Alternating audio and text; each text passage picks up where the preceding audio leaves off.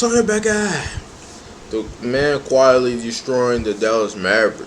Swish out, shout out, Almost swish out. 20 Let's go years ahead and ago, go. Mark Cuban basically allowed Steve Nash to walk in free agency because he thought the duo of Nash and Nowitzki basically ran its course. Mind you, in this time frame with Nash, they had just had their greatest run in their franchise's history. They had just made 4 consecutive playoff appearances, they made a conference finals, and they were coming off of the worst drought of the last decade. In fact, if you look at the Mavericks through the 90s, they had the worst winning percentage. So that pairing had literally brought that organization life. With Steve Nash, they went from being the worst team all through the 90s to, in his last 4 seasons there, having the 3rd best winning percentage in the entire sport.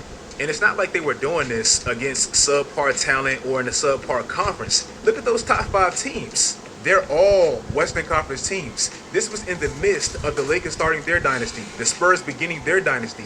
In the first 5 seasons of the 2000s, 4 of the MVPs were Western Conference representatives. In the first 8 seasons of the 2000s, 7 of them were from the West. The West was extremely top-heavy back then.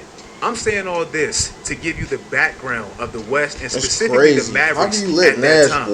Mark Cuban basically let Steve Nash walk for nothing, and even to this day, he still says it's his biggest mistake as the Mavericks owner. 20 years later, it looks like he's done it again, and this time it seems 2 times worse. The Mavericks right now are an absolute mess. And yes, it's easy to blame Kyrie and post that funny meme of him destroying all those teams, and it looks to be true. But it's really not Kyrie's fault.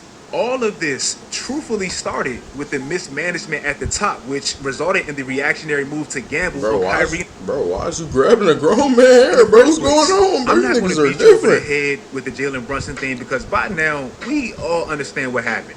Mark Cuban, once again, didn't believe in his players, didn't offer Jalen Brunson that contract after he struggled a bit against the Clippers in 2021, which ultimately resulted in him testing the market in 2022 and him leaving for New York for absolutely nothing. Again, this one mistake looks way worse than the Steve Nash one ever did.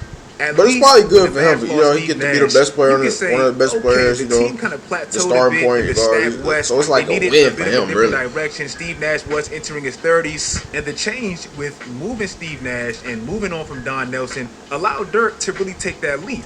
Record-wise, they got even better. They made their first NBA Finals. Their best player won his first MVP. So even if they didn't win a championship in the immediate future, they were able to confidently say, okay, we made a solid choice. Even though I feel like they could have at least gotten something back for Nash. Losing Jalen Brunson was quite literally the beginning of the fall of the Dallas Mavericks. Look at where the Knicks were last year and look at where the Mavericks were last year. And now look at them this year. I'm not saying it's all Brunson, but essentially, that's like a 48-game impact. Never forget, right before the playoffs last year when Luka got hurt for the first 3 games against Utah, they were up 2-1, mainly because Jalen Brunson was doing this. At the top of the year of 2022, the Mavericks season completely flipped when they all bought in to Jason Kidd's team defense. They closed out quickly. They methodically hit Luka. They had one of the top defenses in that span, which resulted in them having the 2nd best record in that span. And they carried that momentum into the playoffs. In the first round, again, without Luka for the first 3 games, they gave Donovan Mitchell, a known playoff performer, one of his worst series of his career. And Utah collectively, they scored the least amount of points per game of the entire conference, and they had the worst three-point percentage of the entire playoffs. So Dallas's defense, they really held down the fort. So why is this Dallas team in 2023 5 games below 500 out of the play-in tournament and so oddly bad? It's no secret to how bad the Mavs are defensively. Really, all season. They were ranked about 23rd, 24th pre-Kyrie trade. They're ranked 23rd, 24th right now. But offensively, even though I don't necessarily love the style, they've been, as expected, great. The Mavericks have 2 of the best half-court offensive players in the sport, and obviously, they play to that. The Mavericks simply play half-court basketball. Like, they're dead last in almost every transition stat, dead last in pace, first in ISO possessions. Isolation, they're number 1. They literally have a foul magnet whining star, and it can play to his detriment, but Luka, he gets his calls. Kyrie's still as creative and efficient as a scorer as you can have in this league, especially at his size. Tim Hardaway Jr. is shooting 47% from deep since Kyrie arrived, and collectively, they're still the best shooting team in the league since Kyrie put on the Dallas jersey. So offensively, they're good.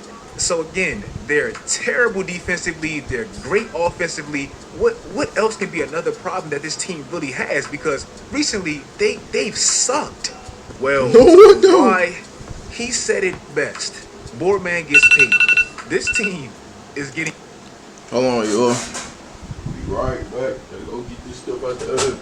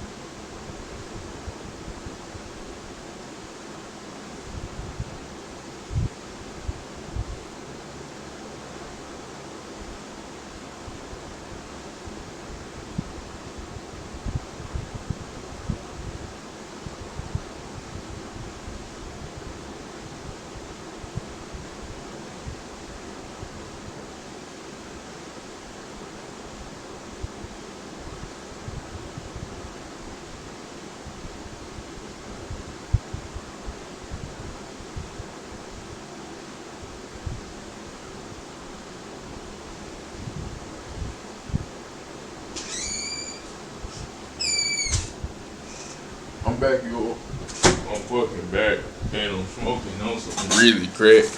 Oh shit! Being absolutely destroyed on the glass. Did you know they're getting out rebounded by the largest margin in the last 4 seasons? Look at the team they're by 4 years ago.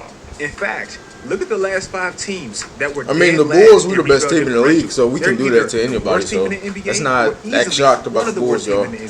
So for the Mavs, it's an absolute mess of a recipe to not be able to really get stops. And even when you do, you can't effectively clean the glass. To me, as far as having like grit and toughness on the glass and defending the interior, they have like the worst front court depth or worst front court in general of any contender that I can really think about.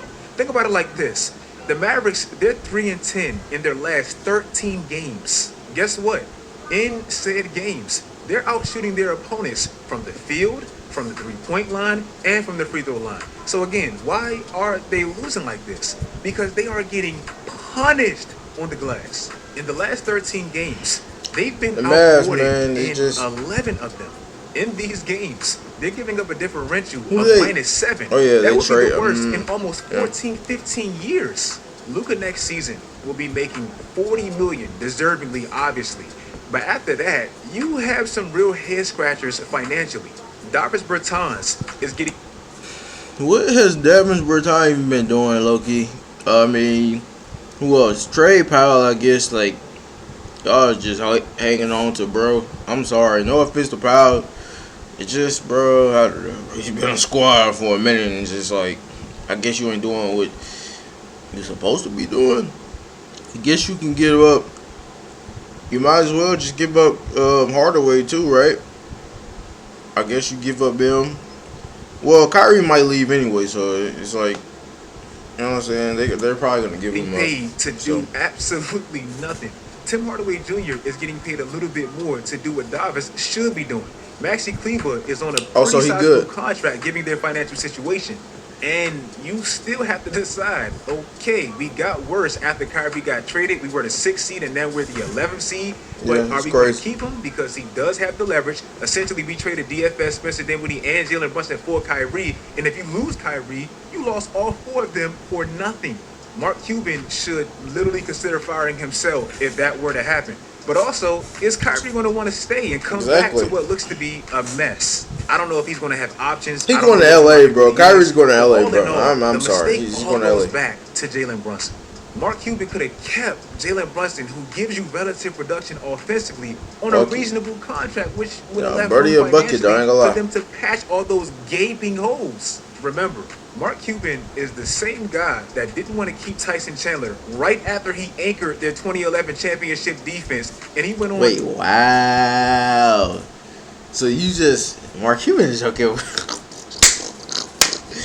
Nigga, you have so all right. Besides, like, if you ain't the number one option, anybody else who be cooking, if you cook for one season, you're out of there.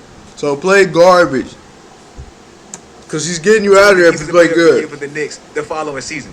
Just like Steve Nash, right after leaving Mark Cuban, won back-to-back MVPs, whether you believe he deserved it or not. Just like Jalen Brunson, he probably won't win it, but he's in the running for most improved player right after leaving Mark Cuban. This is Wait, a pattern. who number one? Oh, Lori Marketing. Yeah, If you guys like this video, yeah.